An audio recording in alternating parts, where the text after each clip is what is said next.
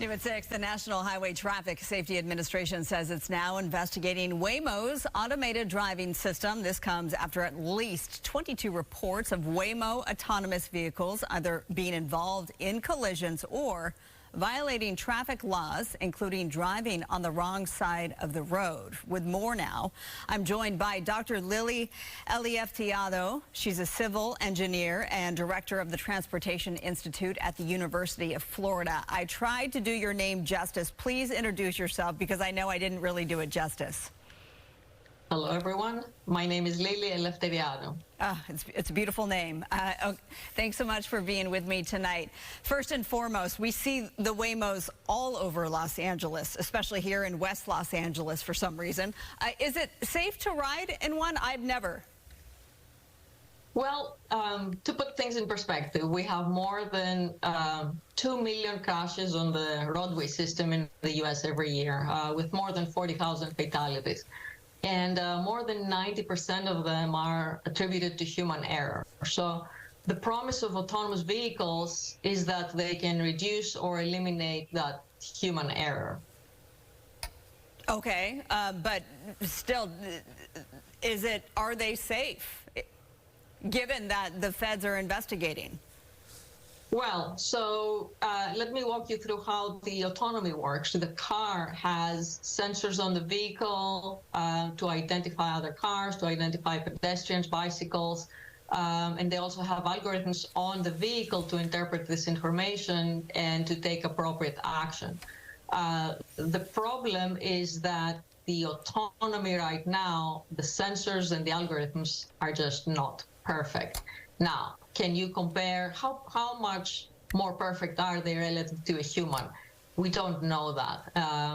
That's a very important question to be able to answer. So Waymo says it serves more than 50,000 weekly trips for its riders. It also says that its safety record, it's proud of its performance, given that it has traveled millions of autonomous miles. That was an official statement. I've paraphrased it. Yesterday, on the 10 freeway in Los Angeles, it was after midnight, so I'm trying to say that the 10 was wide open. There was a Waymo, it was on a test drive. It was going 35 miles per hour. It was rear-ended by another car going 86 miles per hour. Both speeds, of course, are unsafe on the freeway. Shouldn't the technology in the Waymo know this? Yes, it will be interesting to find out exactly what happened, why was there a slower vehicle ahead of it, which is what I see the Waymo report indicated. There was a slower vehicle ahead, why it didn't change lanes, what else was happening on the freeway. I think it's really important to be able to share details from the incident for all of us to be able to understand what the issues are. What can in most cases, of course, the driver who hits the back of another vehicle is at fault. Sure. We just don't know the details of what happened and why the vehicle was going 35 miles an hour and it didn't change lanes. So, as mentioned, the Fed's taking this up now. What could the potential outcome of this federal investigation be? As I understand it, the National Highway Transportation Safety Administration is looking into Waymo vehicle collisions with stationary, non-stationary objects. They're looking at collisions with parked vehicles.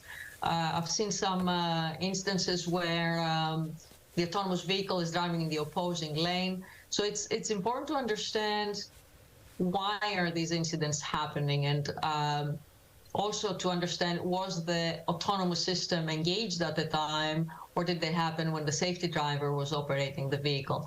There's a lot of information we just don't have, and hopefully the NHTSA will be able to investigate these incidents. Could this lead to an all-out recall?